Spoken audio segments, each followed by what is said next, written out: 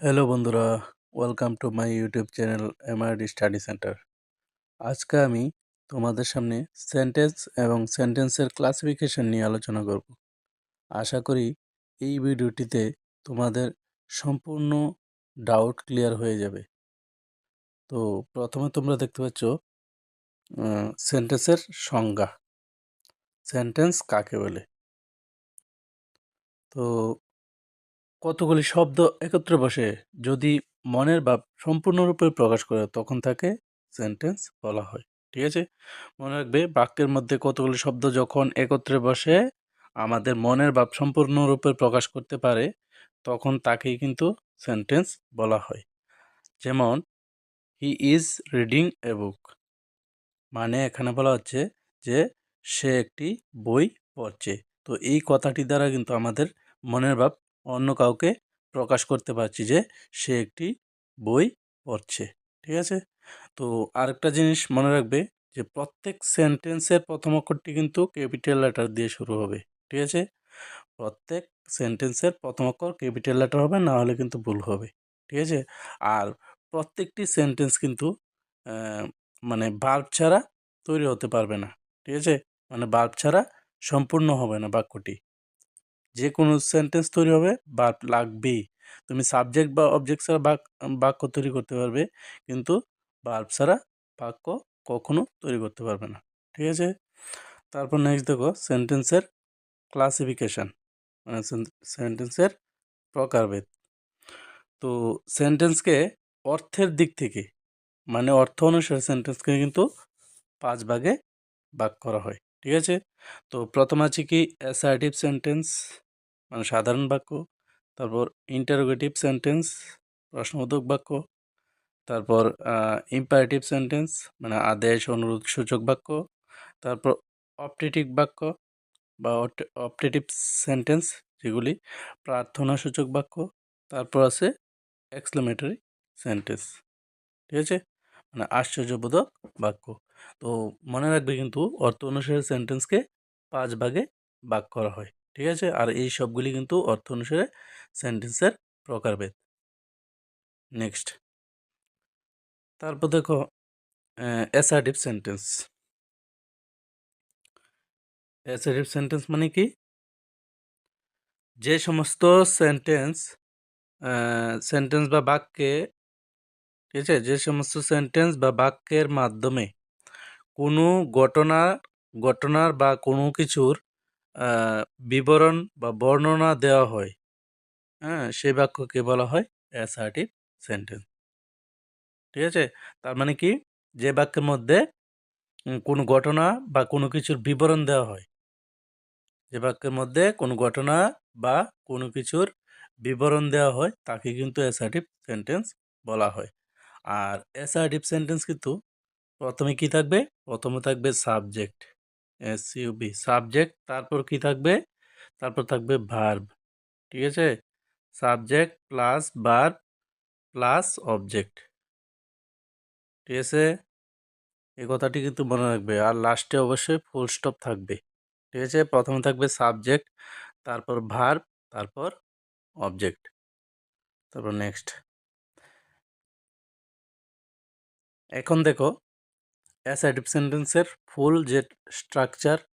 ঠিক আছে, যে দুটোভাবেই থাকতে পারে, পজিটিভ এবং নেগেটিভ। অর্থাৎ আহ, মানে নেগেটিভ মানে না বোধক, আর পজিটিভ মানে হা বোধক। ঠিক আছে, তো পজিটিভে কি থাকবে? Subject plus verb plus object বা আদার্স, লাস্টে ফুল স্টপ। ঠিক আছে, যেমন শি ইটস রাইস, সে ভাত খায়। ঠিক আছে, তারপর নেগেটিভে কি থাকবে? Subject plus auxiliary verb plus not plus main verb plus object plus others, object বা আদার্স। ঠিক আছে, এটা হচ্ছে নেগেটিভ সেন্টেন্স। যেমন he did not go to school yesterday, মানে সে গতকালকে স্কুলে যায়নি। ঠিক আছে, এই দুইভাবে কিন্তু মানে অ্যাসার্টিভ সেন্টেন্স থাকতে পারে। তো ভালো করে সংজ্ঞাগুলি মনে রাখবে, এবং তার যে স্ট্রাকচারগুলো আছে সেগুলো কিন্তু ভালো করে মনে রাখবে, নাহলে তোমরা চিনতে পারবে না যে এটা কী ধরনের সেন্টেন্স। ইন্টারোগেটিভ সেন্টেন্সে কী বলা হয়েছে? যে যেসব বাক্যের সাহায্যে প্রশ্ন করা বা জিজ্ঞাসা করা অথবা বাক্যের শেষে প্রশ্নবোধক চিহ্ন বসে তাদেরকে বলা হয় ইন্টারোগেটিভ সেন্টেন্স। ঠিক আছে? যেমন হোয়াট ডাজ দিস সেন্টেন্স মিন? ঠিক আছে, এই বাক্যটির অর্থ কী? তারপর আরেকটি আছে কি, what is the capital of Tripura? ত্রিপুরার রাজধানীর নাম কি? তো এইভাবে কিন্তু আমাদের ইন্টারোগেটিভ সেন্টেন্সের মানে সেন্টেন্স দেওয়া থাকতে পারে। ঠিক আছে, তোমাদের বলতে পারে যে এটা কী ধরনের সেন্টেন্স, তাহলে তোমরা বলবে যে এটা ইন্টারোগেটিভ সেন্টেন্স, কারণ এগুলি দ্বারা কোনো প্রশ্ন জিজ্ঞেস করা হচ্ছে। ঠিক আছে, তারপর নেক্সট,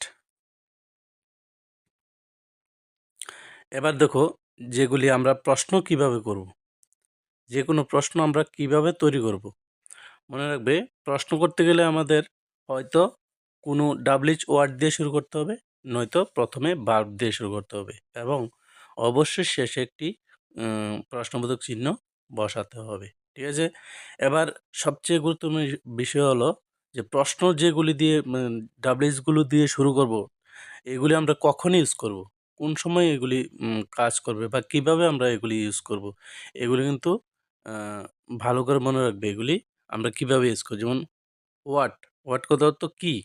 তো এটা কিন্তু আমরা কি কখন ইউজ করব, কোনো জিনিসকে প্রশ্ন করতে। ঠিক আছে, কোনো জিনিসকে প্রশ্ন করতে কিন্তু আমরা এগুলো ইউজ করব। ঠিক আছে, মানে হোয়াট কথাটা ইউজ করব। যেমন এখানে দেখো দেওয়া আছে কি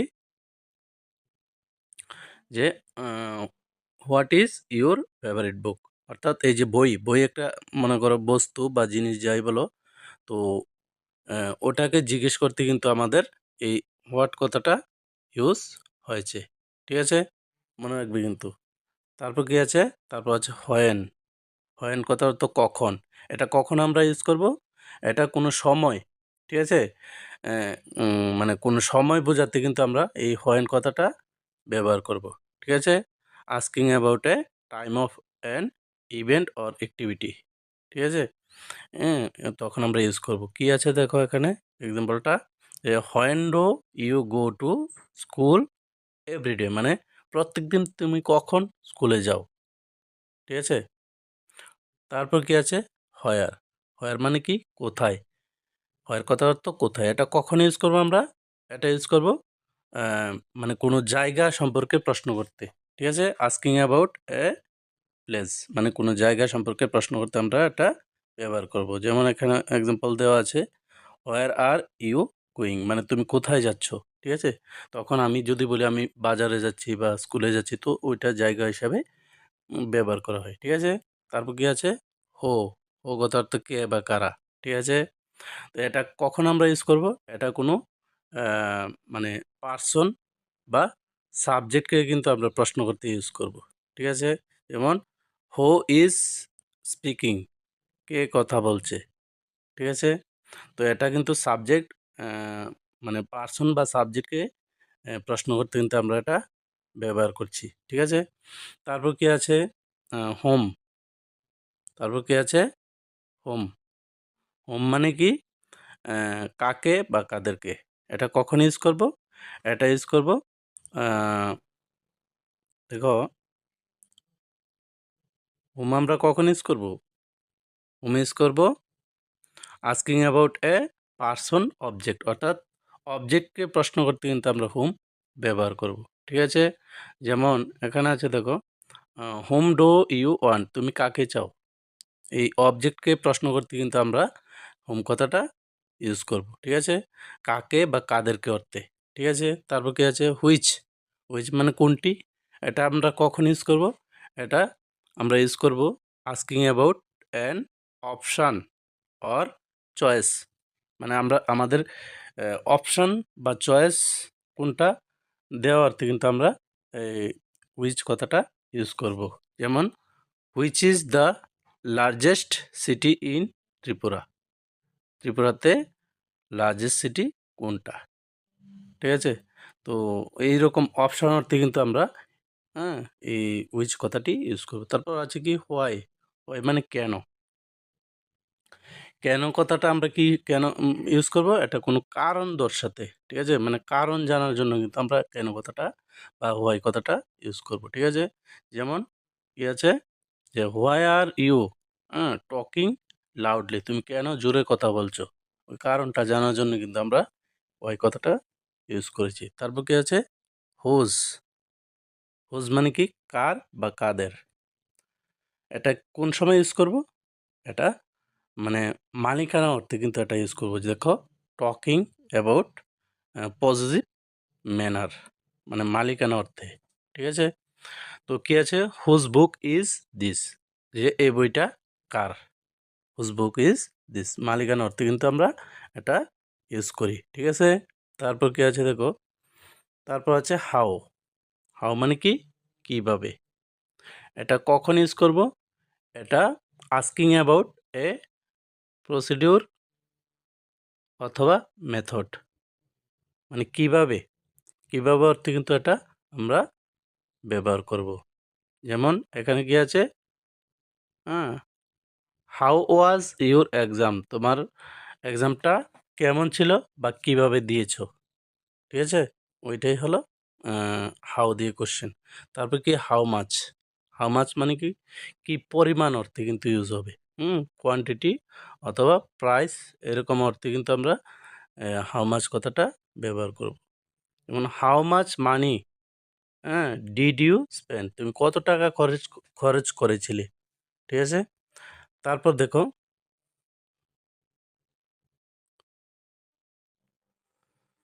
তারপর আবার দেখো এখানে আরেকটা এক্সাম্পল দেওয়া আছে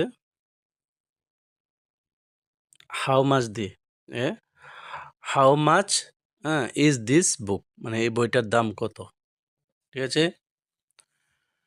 তারপর কি আছে হাউ মেনি, মানে কতগুলি, হাউ মেনি মানে কতগুলি অর্থে ইউজ করব, মানে কোয়ান্টিটি।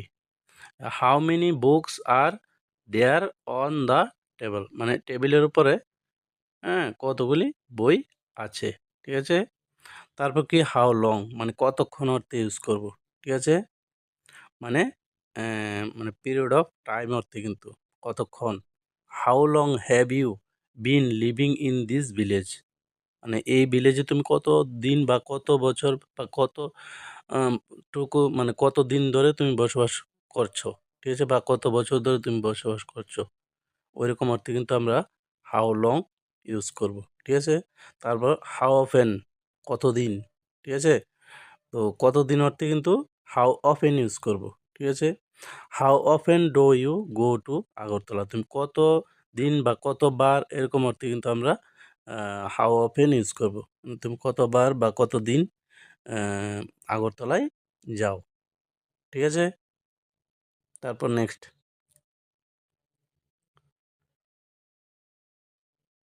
এবার দেখো যেগুলি ভালো করে মনে রাখবে। আহ, সাধারণত ৩ ধরনের প্রশ্নের সাহায্যে কিন্তু আমরা ইন্টারোগেটিভ প্রশ্ন করে থাকি। ইন্টারোগেটিভ প্রশ্নের মানে ইন্টারোগেটিভ সেন্টেন্সের যে এ স্ট্রাকচার, এই স্ট্রাকচারগুলো কিন্তু ভালো করে মনে মনে রাখবে, ঠিক আছে? তো আমরা ৩ ধরনের সাহায্যে বা ৩ ভাবেই কিন্তু আমরা ইন্টারোগেটিভ সেন্টেন্সের প্রশ্ন প্রকাশ করতে পারি। প্রথমত কি থাকে? প্রথমত আছে অক্সিলিয়ারি ভার্ব, সাবজেক্ট, তারপর অবজেক্ট বা আদার্স। এগুলি কিন্তু ভালো করে মানে লিখে তারপর মুখস্থ করবে, কারণ এগুলি পরীক্ষাতে যে কোনো সময় আসতে পারে। হ্যাঁ, যে ইন্টারোগেটিভ সেন্টেন্স আমরা যখন তৈরি করব কিভাবে, তুমি কিন্তু চিনতে পারবে না যদি এগুলি না জানো, ঠিক আছে? তো এই জন্য তোমরা ভালো করে এগুলি খাতায় লিখে তারপর মুখস্থ করবে। ইন্টারোগেটিভ সেন্টেন্সের প্রথম স্ট্রাকচারটা হচ্ছে যে অক্সিলিয়ারি ভার্ব, তারপর আছে সাবজেক্ট, তারপর অবজেক্ট বা আদার্স, অবশ্যই লাস্টে কোশ্চেন মার্ক। যেমন ইজ ইট রানিং ফাস্ট, ঠিক আছে? তারপর এম আই রাইট, লাস্টে কিন্তু কোশ্চেন মার্ক বসাবে এখানে। হুম, এখানে কিন্তু অবশ্যই কোশ্চেন মার্ক বসাবে এখানে, ঠিক আছে? তারপর কি আছে? তারপর একটা আছে ডাব্লিউএস ওয়ার্ড। প্রথম কি আছে? ডাব্লিউএস ওয়ার্ড অথবা ডাব্লিউএস ওয়ার্ড যখন থাকবে, প্রথম থাকবে কি ডাব্লিউএস ওয়ার্ড, তারপর অক্সিলিয়ারি ভার্ব, তারপর সাবজেক্ট, তারপর মেইন ভার্ব, ঠিক আছে? তারপর অবজেক্ট বা আদার্স, ঠিক আছে? তো দ্বিতীয়টা কি হবে? প্রথমটা তো বলেছি auxiliary verb plus subject plus object বা আদার্স, কিন্তু আরেকটা থাকতে পারে ডাবলিস ওয়ার্ড, তারপর অক্সিলিয়ারি ভার্ব, তারপর সাবজেক্ট, তারপর মেইন ভার্ব, তারপর অবজেক্ট বা আদার্স, ঠিক আছে? যেমন where is the next stop, ঠিক আছে? যে পরের স্টপটা কোথায়? তারপর কি আছে? চয়েস বা পছন্দ অর্থে কিন্তু আমরা আরেকটা কোশ্চেন করতে পারি, সেটা অক্সিলিয়ারি ভার্ব, তারপর সাবজেক্ট, তারপর মেইন ভার্ব, তারপর অবজেক্ট বা আদার্স অর্থে, ঠিক আছে? এক্সাম্পলটা কি হতে পারে? এক্সাম্পলটা যে do you want tea or coffee, মানে তুমি কি চা খেতে পছন্দ করবে নাকি কফি খেতে পছন্দ করবে, ঠিক আছে? তো এরকম করে কিন্তু তোমরা ভালো করে লিখে তারপর মুখস্থ করবে। নেক্সট নেক্সট আছে ইম্পারেটিভ সেন্টেন্স। ইম্পারেটিভ মানে কি? ইম্পারেটিভ হলো আদেশ, অনুরোধ সূচক বাক্য।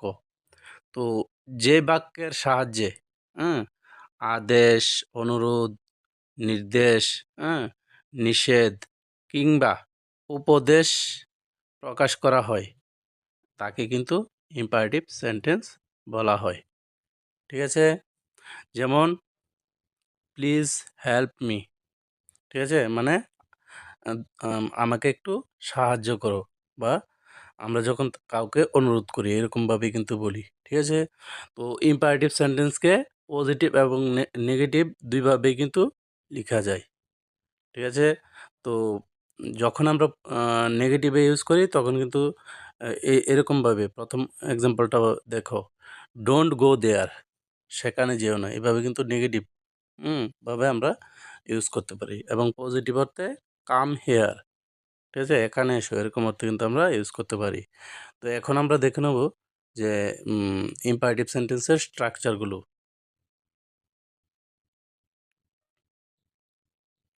দেখো যে সাধারণত ইম্পারেটিভ সেন্টেন্সে কিন্তু সাবজেক্ট থাকে না, ঠিক আছে? সাবজেক্টটা সরাসরি দেওয়া থাকে না, এটা থাকে কিন্তু লুকিয়ে থাকে। কীরকমভাবে? দেখো, প্রথমত কি আছে? You, you but object. যেমন ইউটা লুকিয়ে থাকে কিভাবে? Open the door, open the door মানে দরজাটা খোলো। এখন প্রশ্নটা কাকে বলা হয়? কাকে বলা হবে? যে ইউ ওপেন দ্য ডোর মানে তুমি দরজাটা খোলো। এই যে তুমি, তুমি কথাটা না বলে কি বলা হয়? ওপেন দ্য ডোর মানে দরজাটা খোলো, খোলো, ঠিক আছে? তো এখানে ইউ কথাটা কিন্তু লুকিয়ে আছে বা উম, আছে, ঠিক আছে? তো তারপর নেগেটিভ অর্থে কীভাবে ইউজ হয়? যে ডো নট অথবা ডোন্ট কথাটা আমরা ইউজ করতে পারি, ঠিক আছে? প্লাস বার্ব, বার্বের ১ নম্বর রূপ, প্লাস অবজেক্ট বা আদার্স রূপে আমরা ইউজ করতে পারি। যেমন ডো নট ওয়েস্ট টাইম, সময় অপচয় করো না, ঠিক আছে? তারপর কি আছে? যেমন প্লিজ ব্যবহার করে, প্লিজ প্রথম প্লিজ হতে পারে, প্লাস ভার্বের ১ নম্বর রূপ, তারপর অবজেক্ট বা আদার্স, ঠিক আছে? তো যেমন এখানে আছে কি? Please give me a pen, অনুগ্রহ করে আমাকে একটা কলম দাও, ঠিক আছে? তারপর কি আছে? লেট ব্যবহার করে কিন্তু আমরা এভাবে ইউজ করতে পারি, let plus object plus B one, ঠিক আছে? Let plus object plus B one, let him go, এক্সাম্পলটা কি আছে? লেট হিম গো, তাকে যেতে দাও। তারপর কি? লেটস অথবা লেটাস, যেটাই বলি, লেট অথবা লেটস অথবা লেটাস, কি আছে? Let's plus B one object বা আদার্স, ঠিক আছে? যেমন এক্সাম্পলটা কী হবে? লেটস প্লে ফুটবল মানে কি? লেটাস প্লে ফুটবল মানে চলো ফুটবল খেলি, এরকম অর্থে কিন্তু আমরা ইম্পারেটিভ সেন্টেন্স ব্যবহার করি। তো ইম্পারেটিভ সেন্টেন্সের স্ট্রাকচারগুলো কিন্তু ভালো করে লিখে তারপর মুখস্থ করবে, ঠিক আছে? আশা করি পরীক্ষাতে আসলে অবশ্যই আনসার করতে পারবে। তারপর দেখো অপারেটিভ সেন্টেন্স। এবার অপারেটিভ সেন্টেন্স কি? যেসব সেন্টেন্সের সাহায্যে আমরা আমাদের মনের ইচ্ছা, ঠিক আছে, যে মনের ইচ্ছা, তারপর আকাঙ্ক্ষা, শুভেচ্ছা, আশীর্বাদ, প্রার্থনা প্রকাশ করি, তাকে কিন্তু অপারেটিভ সেন্টেন্স বলা হয়। ঠিক আছে, মানে যে সেন্টেন্সের মাধ্যমে আমাদের মনের ইচ্ছা, আকাঙ্ক্ষা, শুভেচ্ছা, আশীর্বাদ, প্রার্থনা ইত্যাদি প্রকাশ করি, সেই সেন্টেন্সগুলিকে কিন্তু অপারেটিভ সেন্টেন্স বলা হয়। যেমন প্রথম এক্সাম্পলটা আছে কি, মে গড ব্লেস ইউ, ভগবান তোমার মঙ্গল করুক। ঠিক আছে, তারপর ইউ মে লিভ লং বা ইউ মে লং লিভ। ঠিক আছে, মানে তুমি দীর্ঘজীবী হও। ঠিক আছে, তারপর wish you a very successful life. ঠিক আছে, এরকম করে অপারেটিভ সেন্টেন্স থাকে। তারপর অপারেটিভ সেন্টেন্সের যে স্ট্রাকচার, এই স্ট্রাকচারগুলি দেখো কি আছে। দেখো, আমরা সাধারণত মে অথবা উইশ অথবা লং এর সাহায্যে কিন্তু আমরা অপারেটিভ সেন্টেন্সের শুরু করি এবং লাস্টে অবশ্যই ফুল স্টপ ব্যবহার করি।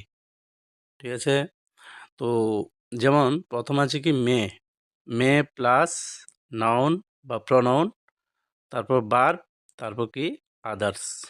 ঠিক আছে, তো যেমন may you pass the exam, may you pass the examination. Examination মানে কি? পরীক্ষা, মানে পরীক্ষাতে তুমি উত্তীর্ণ হও। ঠিক আছে, এরকম করে।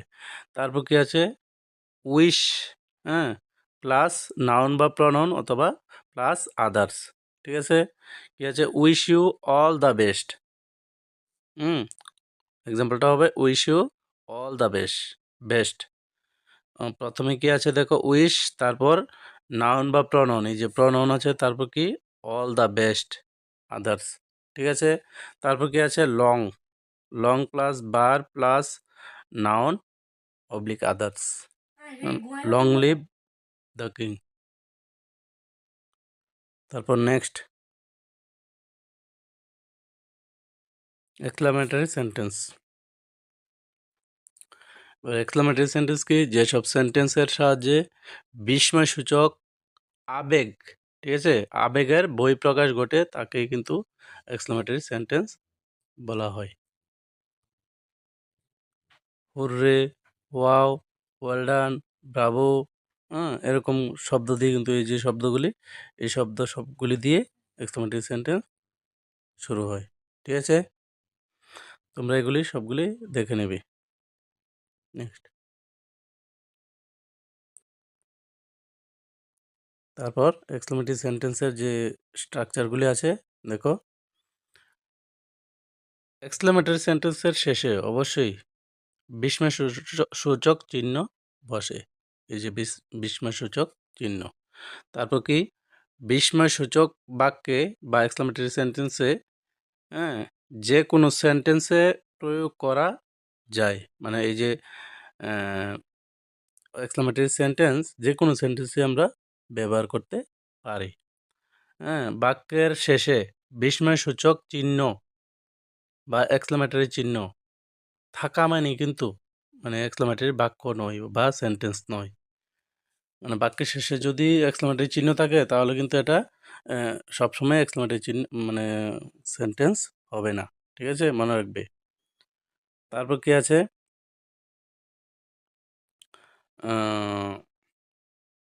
যেমন এখানে দেখো একটা এক্সাম্পল দেওয়া আছে, শাট দ্য উইন্ডো।